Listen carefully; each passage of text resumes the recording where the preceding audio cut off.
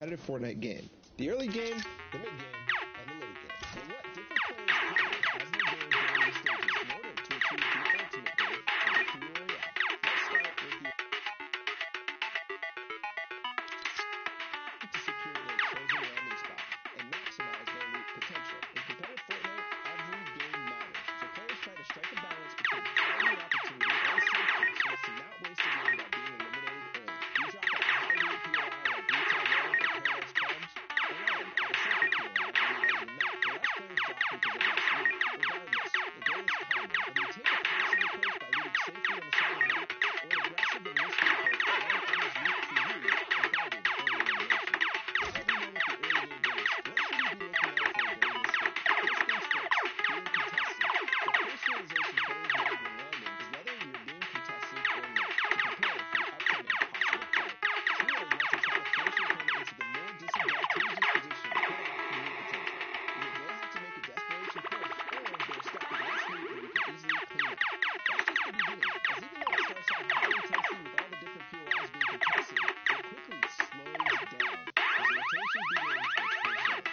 finding the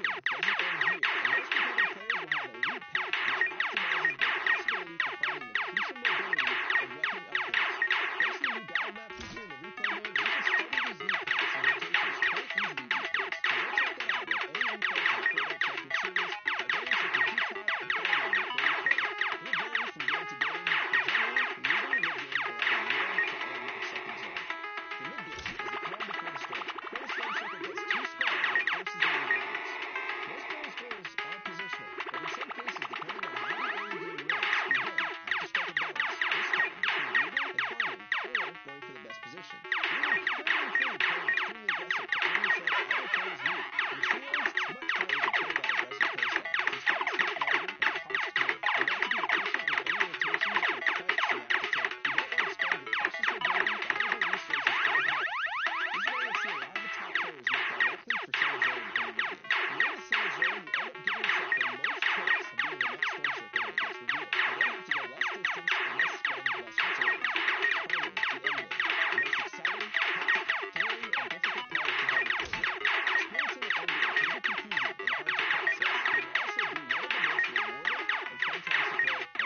confusing and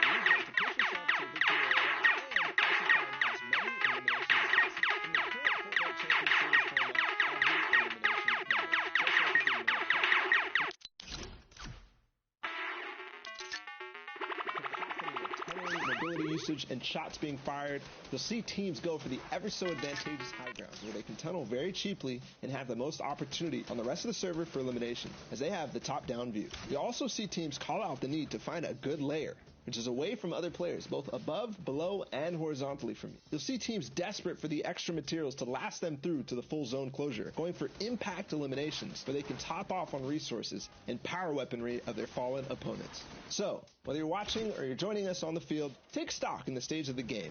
The early game, when you're trying to get the best possible loot while it's still available. The mid game, where you're balancing positioning while maintaining what you built during the early game. And finally, the end game, where you spend all the advantages you set yourself up with to earn the Victory Royale. Use this to form your game plan in order to earn as many series points weekend after weekend. And maybe next time, we'll be watching and highlighting your top plays. This was abonatii, and I'll see you in game.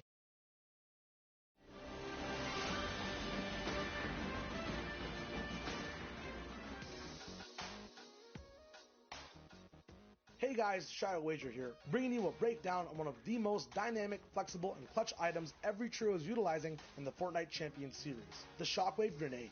We're going to be taking a look at some of the basics on how it's used and misused at crucial moments in the game, and how to adapt and play against them towards the end game. To get started, let's get a refresher on what shockwaves are and some of the basics of using them. Shockwave grenades are a utility item that drop in stacks of 2, with a maximum stack size of 6.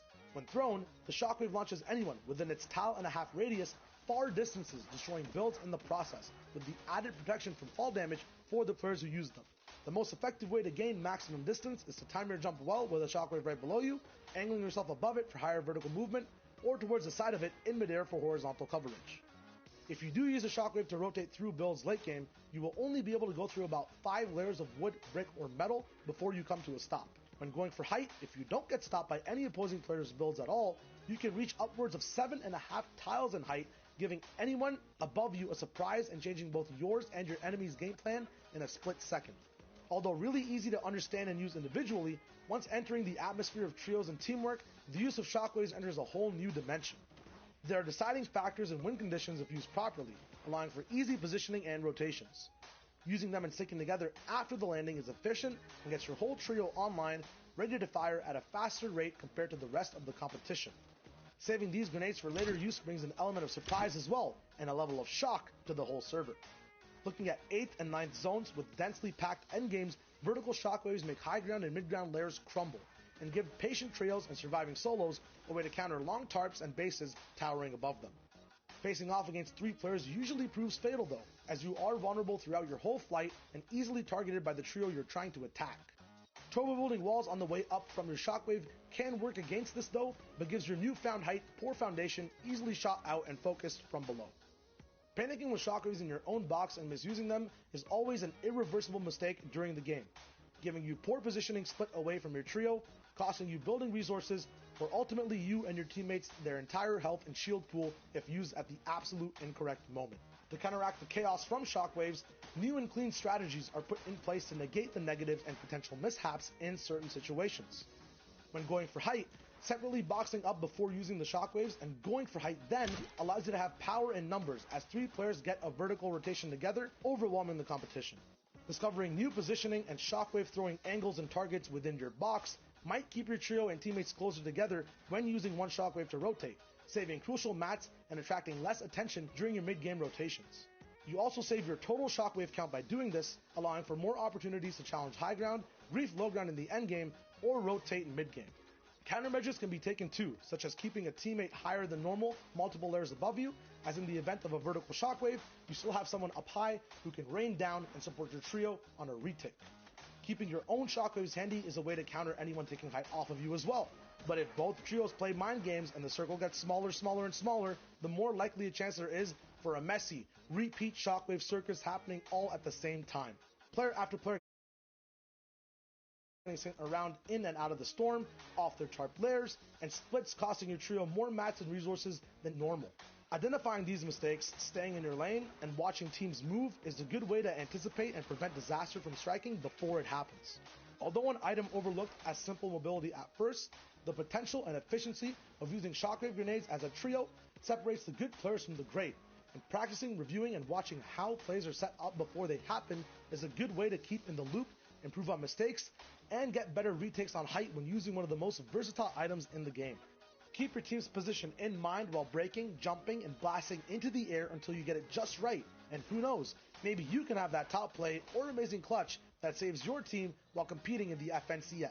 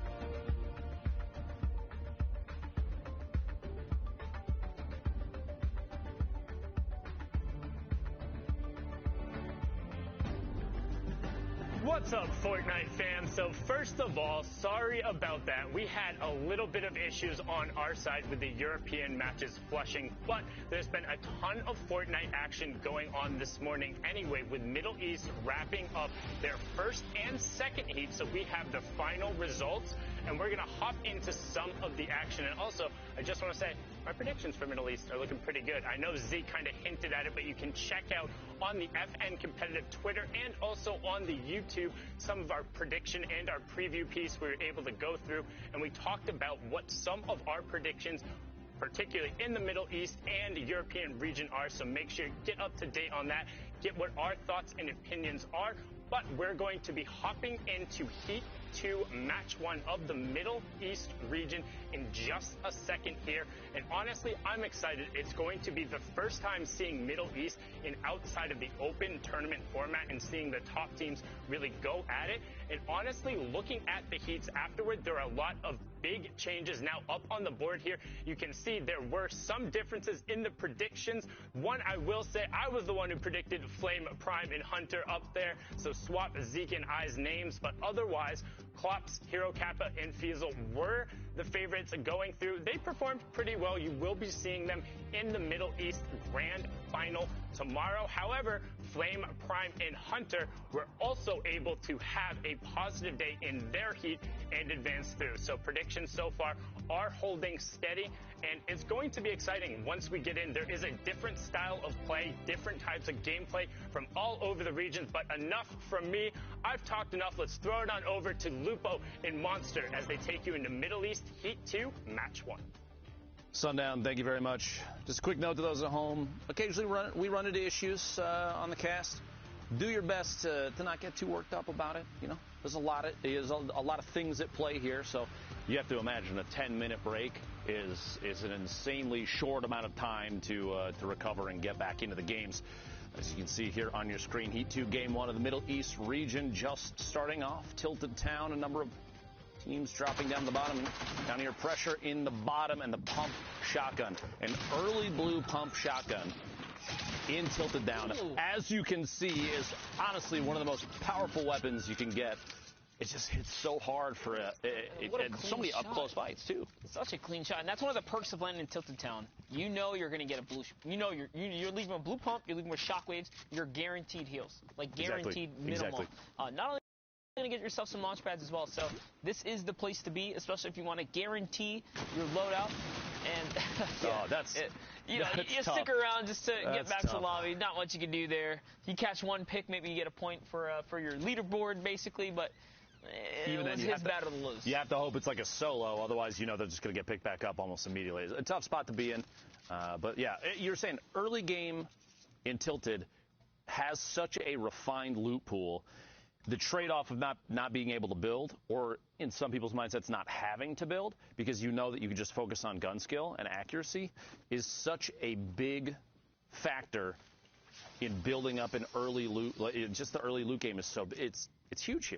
It's actually crazy, feels like crazy. Everybody's going to come out stacked with a good set of materials, in fact, just because you can pick up all that stuff out of the chest and off of every elimination. If you do get challenged here, it's arguably one of the better spots to drop right now. Yeah, I was just going to say, imagine a game where one of these guys bring that double barrel out of Tilted Town, because there are some rules in play where the double barrel shotgun only spawns in Tilted, but you can even take the weapons out of the place as well. And third time's a charm. There we go. I was going to say, he's having a little bit of a struggle there, trying to get up and over. You got to track down that space bar. It runs away sometimes. Unless they're playing on controller, I guess. My apologies. Controller gang, love you. If anything, Controller Gang has the best movement we've seen so far. These guys can go 360 on the. Clearly, you don't watch my stream, Monster. I appreciate it, though. Yeah. But all right, now we're looking at Happy Hamlet here. A little bit of a standoff. Moon, Minzu, and Kinji here have that high ground. There's 3 teams here.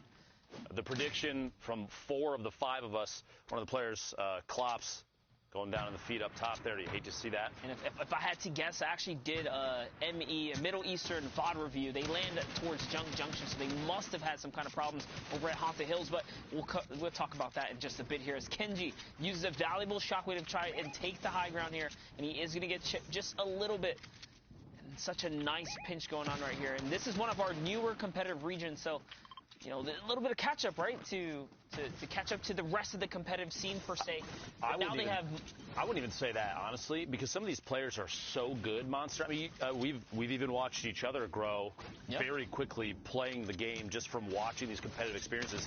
You have opportunities like this. Look at that. The Kiji immediately flicks up, gets the knock on info, who's trying to shockwave from, over the top. But you have to understand, these players in the Middle East region have been asking for their own region for quite a long time, so you know they've been watching the competitive experience between all these other regions.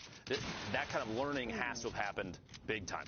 That was a filthy little ramp edit right there to catch AZ2M. And, yeah, that's what I wanted to touch on, is that they were held back for so long because of the ping differences, right? Yep. But now having their own region, a lot of it has, you know, a lot of these players have found a little bit of remedy in that factor as well. So good for them. We see new faces come up and have their moment. Pretty much catch a little highlight here today. Kiji picking up the revive right there on Minzu. Knock from the middle of that fight. A valiant trade, though. Honestly, if your team only suffers a single knockdown, you pick up those 3 eliminations, I'd say that's 100% worth it. Those bubble shields in rotation out. Team moving up on top of the hill. Lucky landing. He was actually hit with a little headshot right there, ripped apart all of his shield. Now forced only down to bandages, and this is a battle that they have to take on their heels here. And I like what they're doing. They're backing up as a squad, trying to use this time to also gather some mats in the process. This team is not letting up. You have the NL squad right here, Nella, Easy, and Saya Zine right here. Or Saya Zren, excuse me. And they're coming in with a push. They're still fully shielded up for the most part. They'll get the ultimate high ground right now. Going to have to fight out one player all the way at the top. Shots coming from the third party right there. Looks like a teammate trying to knock down that build as they're pushing up. Sai, ultimate high ground, looking down from above. Little explode from underneath. Gonna have to build against that. Waiting for the peak shot. Look at the timing on that. Very last second before getting to the pyramid. Gets a ton of big shots. Look at the last one. There it is. Finds the knock on Izzy. They have the advantage at this point. Picks up that elimination up to 125 total HP. Nella gets knocked. Wild Gamer picking up that elimination. And an RPG in there is going to be huge. Tack shotgun shots back-to-back, finds the third one, and that is a solid 3 eliminations for Sai, while Gamer making it up for the loss of silence down there in the bottom left corner. Fighting on the heels right there, and they turn that battle around. Very well done. Not Sai, I've actually had the pleasure with, I'm pretty sure, talking as I've, you know, browsed around the Middle Eastern region. So good to see him pulling up and performing here, as they now are pretty much clear, and they have the zone. They're in the clear. They have the zone. They can get this revive off. So Silence is going to be able to come back in the game as he gets hit up on the reboot van. Huge value.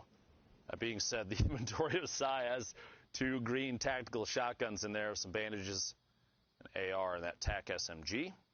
Lucky landing, looking like it is calm at this point. A lot of builds, but no competition left down here as this trio is going to be able to pick back up, potentially finish looting up down here, farm any materials they can get out of it. They're in the safe zone. Circle still has 38 seconds before it closes, so they're not feeling too much pressure in any way right now. We'll have to see where the next circle goes.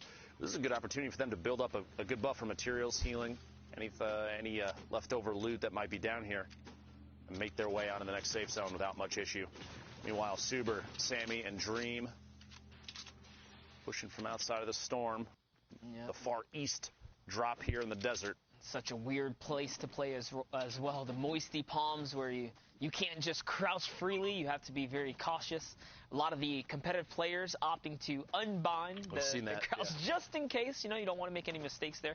And honestly, if you do that, you're kind of in the advantage, right? You set yourself up for success, so you don't make any mistakes in PvP.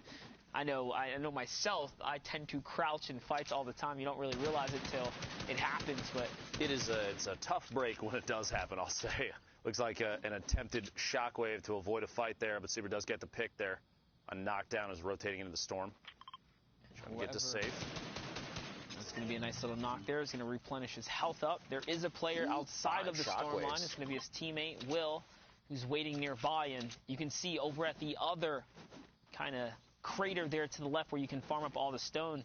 That's probably where the rest of that guy's duo is. Most likely. Trio, I should say here. But someone does see the rotation. They're pushing on in. We have a trio coming in. I say now's the time. You have people just coming in from the storm. If you think you're in the better position, pushing is basically a no-brainer. You see here, Gonna have to fight to stay in. You heard the shots outside the storm wave. You figured you might as well push out. These guys are going to come out with a little bit of health tick. Anything to have that advantage there. Drop him back. All right, Sammy Will and Super here says, you know what? This is not the battle we want to take. The third party. Oh, it actually isn't a third party. They're just pressuring with Splodes here. So they want to back up. They want to reset a little bit here. I don't blame him. You basically started that fight not as a full trio. Sammy was still outside in the storm, and so rotating back away and saying, nah, this is not the fight to take.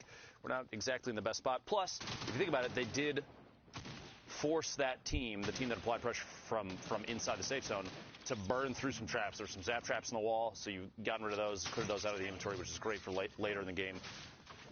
Ultimately, kind of a win-win. Set of eliminations here. This is a nice little look right here. You can see those teams that are on the west and north side of the map forced to fight their way down now. Quite a rotation here as the zone seems to be pushing all the way south. So the later you move, the more congested this rotation will be, the harder it will be for you later in the games. You really want to get down there early, especially when a zone favors one side pretty heavily. See competitive players try to rotate nice and early. I'm looking for Nazir to hit a snipe shot here. He keeps pulling that heavy sniper out and taking a look. Hasn't gone for it yet. I would say position-wise, not the best call. You draw a lot of attention to yourself as you are further outside towards the edge of what is currently safe. So people are probably going to look back and try and stormhold you. But could you imagine Nazir hitting just a crazy snipe right there on the rotation in? They suddenly have advantage of trio versus only 2 left up. They could push through, pick up 3 elims, all the materials, and make their way in the safe zone.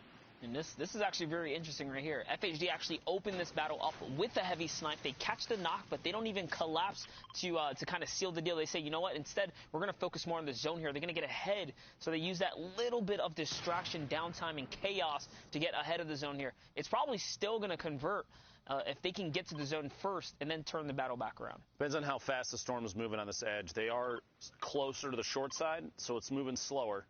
But yeah, you have a chance maybe for a pickup there, but I think, like you're saying, in that moment they say, yeah, we got the knock, we could push for it, but placement at this point probably more important. You're looking at 26 trios remaining. You don't get the placement points until top 15, and even then, it's only 3. So right now, pushing into the storm, getting to safe, very, very important. You want to try and make it to that top 15 as early as possible.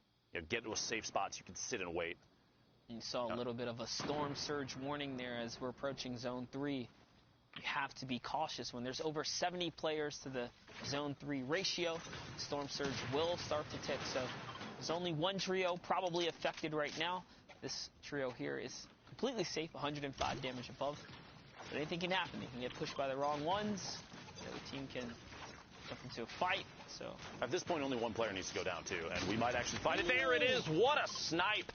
FHD looking back to the east over there. A quick little flick, a 157 body shot. They're going to try and apply pressure.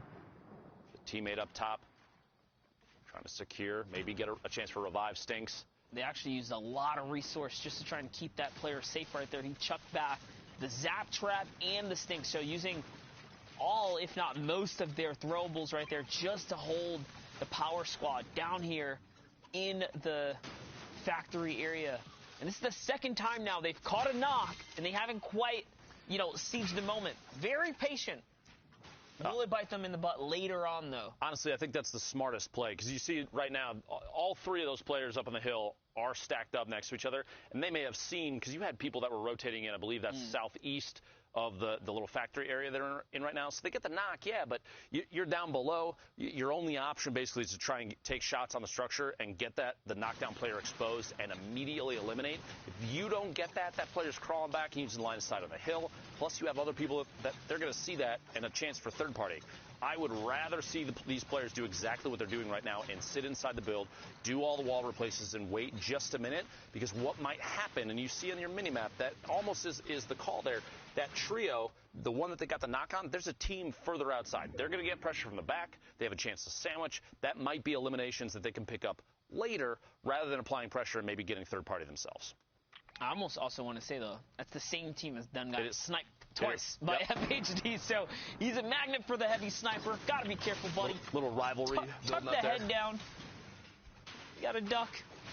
Careful on the peaks here, but NM7 Teams are collapsing everywhere. Minute left. And he catches another one right in the tail. Aziz TV is going to go down, and this time they are not safe. He says it's time to battle. They want to push this through with less than a minute on the rotation here. In comes the stinkers. The heavy snipe cracks open the wall, and there is a team nearby. They can hear the shots. They're looking over if you look at your map, but they're going for safety instead. It's a long rotation. Around. You see that those two trios in the southeast side, they're rotating around trying to get in the safe zone. Meanwhile, these two teams that have literally fought each other time and time again now are finally applying pressure. And not going to be able to do it just yet. Going to wait just a moment. Doesn't want to get pushed too far in on that trio without his teammates at his back. One elimination currently, but if the pressure is good and gets a better position, might be able to convert that into another 3. We'll see here in a second. Shots from inside the safe zone. They're just at the edge. And there are so many teams so close together. 1, 2, 3, 4, I believe 5 trios within probably 50 meters of each other right there. And Aziz and his trio is actually really lucky. Aziz was traded out, but that duo, what was left of the trio, managed to squeak away here. Heavy snipe returns. He hits another one. FHD is on fire right now with the shot. So you can see here, this team is scary with a double heavy sniper. They're loaded up right now. Here comes the focus fire.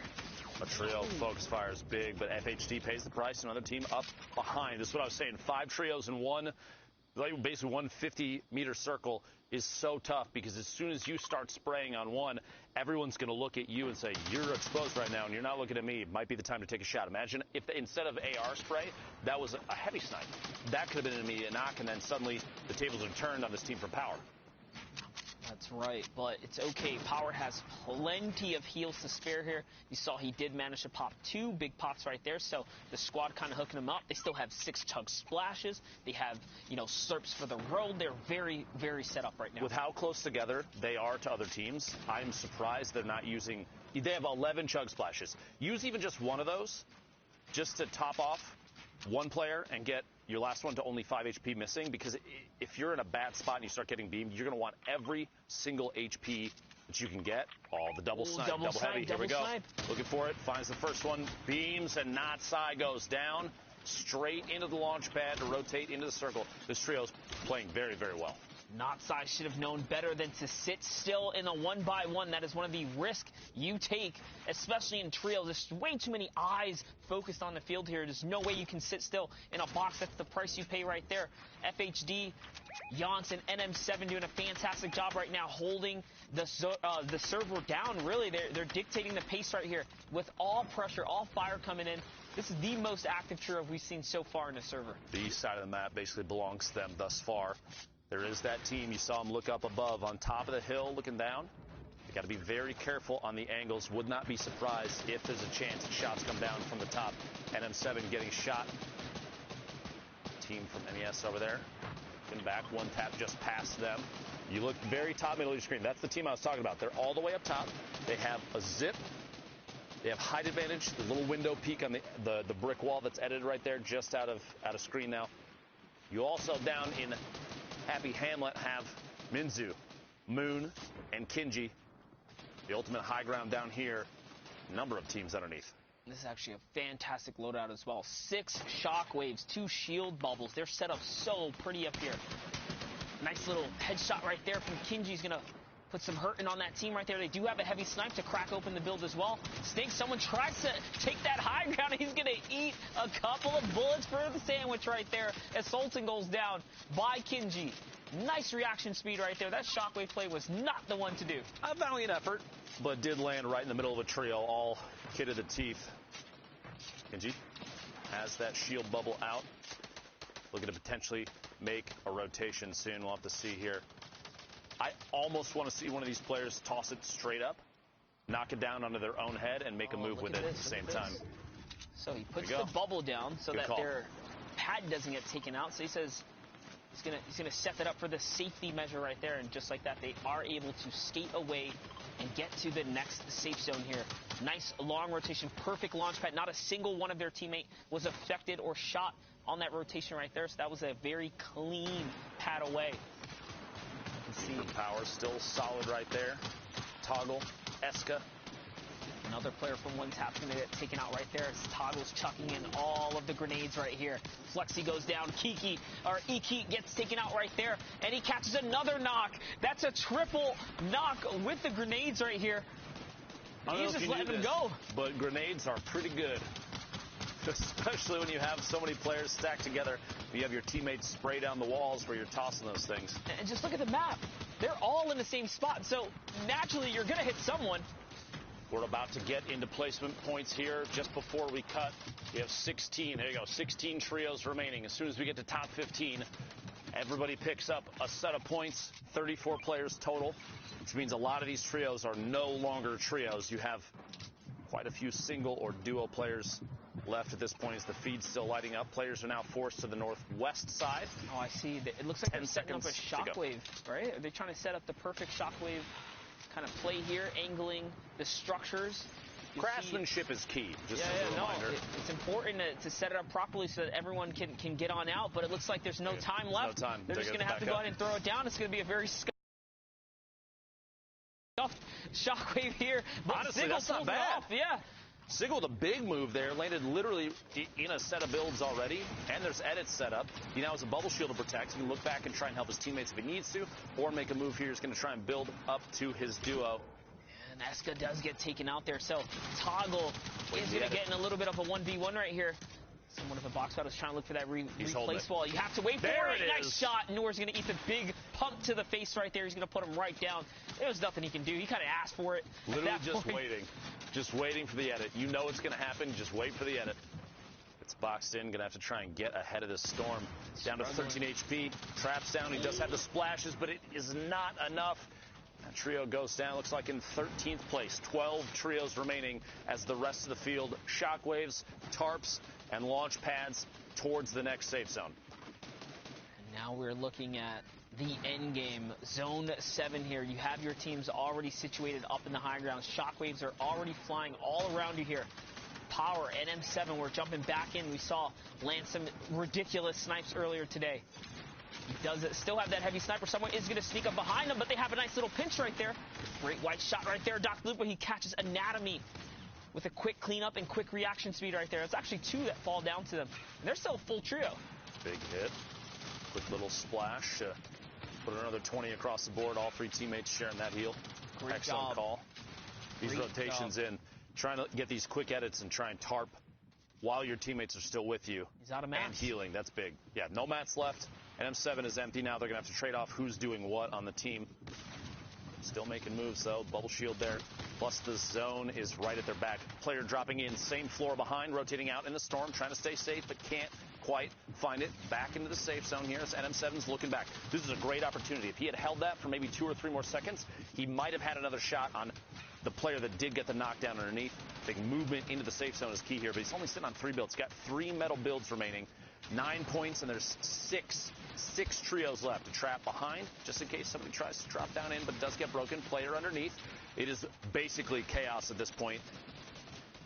And then there is the absolute slayer so far. Oh, but he is going to get chipped down right there as Minzu takes him out. We've been following Minzu, Yonks, and FHD for all these players for so long now. This is looking like the toe-to-toe right here. Minzu on YouTube. Boxfighter, Moon, and Kinji all have the high ground right here. They have stinkers. They have explodes. They're set up for success right now.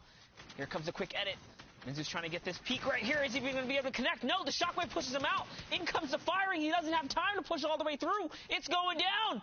Somehow, they close out by staying alive just long enough. The shots, the trades, FHD and Yonks were holding it down, actually trading the shots. The shockwave was perfect. Minzu's trio went from the only full team left to both players knocked and Minzu in the storm because of a single shockwave so fast.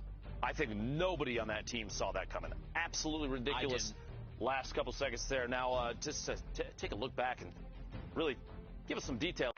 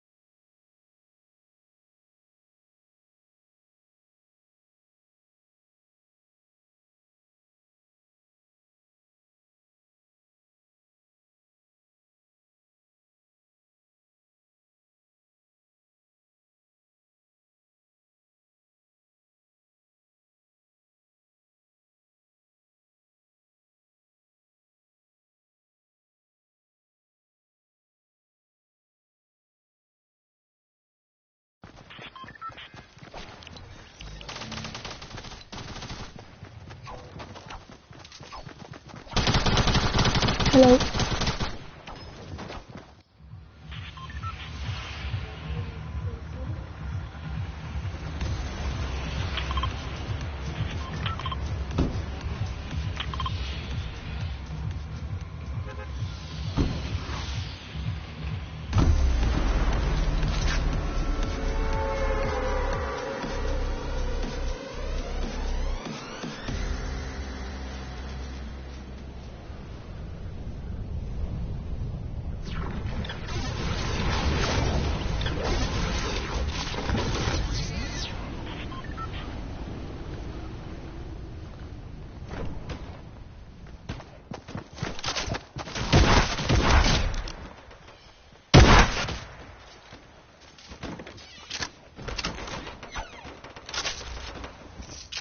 Hello?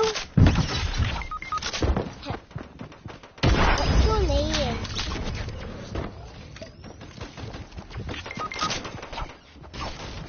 My name is Jacob. What are you on bed here? Are you on like which team are you on?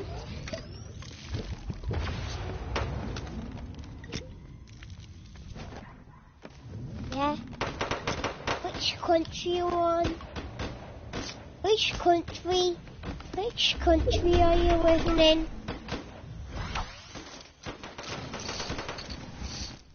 I'm living in. I don't know what show I'm living in.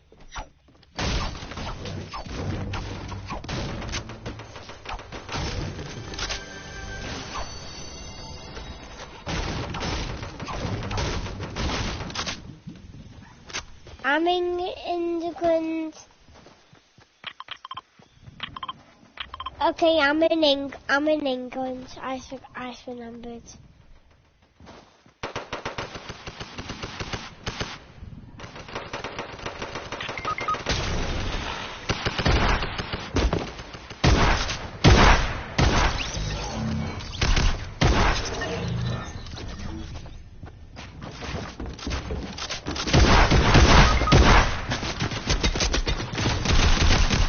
How are you?